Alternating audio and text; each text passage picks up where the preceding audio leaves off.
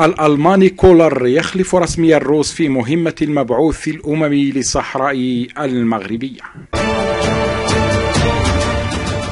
رغم المحاولات البائسة للجزائر، تأكد رسميا حسب القرار الأممي 40/2017 تعيين السيد هورست كولر الرئيس الألماني الأسبق مبعوثا شخصيا للأمين العام للأمم المتحدة لنزاع الصحراء خلفا للأمريكي كريستوفر روس.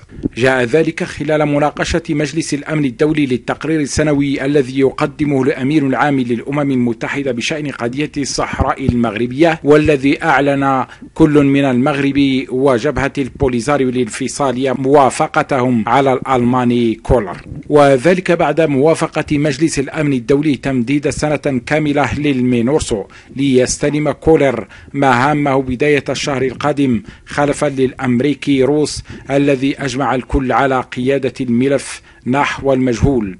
يذكر أن كولر الملقب بكبير المفاوضين ستنسدر له مهمة استئناف المفاوضات المباشرة بين الفرقاء السياسيين بوساطة أممية وحضور موريتاني وجزائري كملاحظين.